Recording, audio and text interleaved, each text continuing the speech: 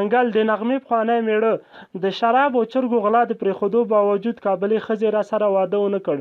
په دغه ویډیو کې به درته د منګل په اړه ډېر معلومات درکړو. د ښځې په لټه د کابلي ښځې د منګل سره د واده څخه انکار، د مینې او یا قربان شتمني، له لاسه وتې شتمني او زاړه یادونه، د چرګو د غلا کیسه. سلامونه او نیکې هیلې، که تر اوسه مو زموږ د یوټیوب چینل نه وي سبسکرایب کړی، همدا اوس در سره پښتو ټاپ ټي وي یوټیوب چینل سبسکرایب ورسره خوا کې د ګونګړي نشان ووهئ.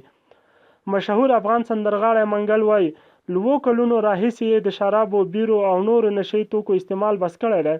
هغه دا څرګندونې پر یوټیوب ټولنیزې شبکې یوه خپره شوې ویډیویي مرکه کې کړې دي. منګل پر نشو پښیمانه دی او وایي له خدایه غواړي چې ویې بخښي. د ده په وینا د نشو له پرېښودو سره یې صحت هم ښه شوی او ناروغي یې له وجوده وتې. د دې ترڅنګ دی زیاتوي نشه د انسان شخصیت خرابوي، هیڅوک یې باید ونه کړي. منګل د ښځې په لټه. منګل چې کلونه یې له نغمې سره د ګډ ژوند پر جلا کېدو اړوي، وایي په بلې ښځې پسې ګرځي څو ګډ ژوند ورسره پیل کړي.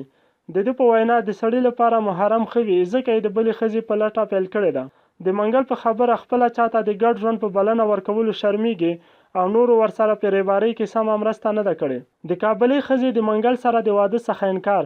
په دې مرکه کې منګل وایي چې یوه کابلي ښځه یې پیدا او د واده هوکړه یې ورسره کړې وه، خو د ده د غریبۍ له وجې هوکړې په شا شوه. ده په مرکه کې ونه ویل چې دا ښځه څوک او چیرته وه او څنګه یې پیدا کړه، خو ویې ویل چې د امریکا ټکټ یې ورته وکړو او خپل کور ته یې وبلله. د منګل په خبره له ښځې وپوښتل چې مهر یې څومره دی چې ملا وغواړي او نکاح ورسره وکړي، خو دی وایي چې ښځې په چل بانک ته بوتلو څو د ده اکاونټ په وضعیت ځان پوه کړي. منګل زیاتوي بانک ته لاړو، زما اکاونټ کې $26 وو چې 20 مې ترې واخیستل او 6 نور پکې پاتې شول. د هغه په خبره چې ښځې ورباندې د کوم میلیاردر ګمان کړی وو، خو همدا چې په تش لاس یې پوهه شوه، زر یې د بیرته تګ ټکټ پرې واخیست او په خپله مخه لاړه. د مینې او یا قربان شتمني. منګل وایي د پیسو په لحاظ ملنګ دی، خو په څه کې چې شتمن دی مینه او یا قربان دی. د ده په خبره روزګار یې ښه دی، چاته احتیاج نه دی، خو پانګوال نه دی. هغه وایي خوشحالي په پیسو کې نه ده. له دې سره هیله مند دی چې د صبر میوه خوږه وي او څوک به ورسره ګډ ژوند ته راضي شي. له لاسه وتې شتمني او زاړه یادونه. منګل پرته له دې چې د ژوند پخوانۍ ملګرې نغمې ته ګوته ونیسي، په کنایوي ډول وایي چې په اسلام آباد کې له بنګلې او په کابل کې د مکروریان له کور څخه تیر شو. دا خبره یې روښانه نه کړه چې دا یې د نغمې لپاره خرڅ کړي که یې د ژوند بېلېدو نه وروسته یې دا کورونه هغې ته پرېښي. منګل وایي 2 لوڼې او 2 زامن لري چې ترې خوشحاله دی.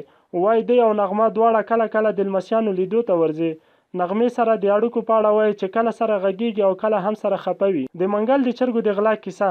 په دې مرکه کې منګل د خپل ماشومتوب کیسې هم وایي او وایي چې د 3 نورو ملګرو په ملتیا یې په کلي کې چرګان پټول. دی زیاتوي یو دیګی سوچه غوړي، سره مرچ به مو هم کور نه راپټ او غلا کړي، چرګ به مو پکې پوخ کړ. د ده په وینا پروتین ته یې اړتیا وه او په کلي کې داسې خواړه نه پیدا کېدل چې دغه اړتیا یې پوره کړې وای.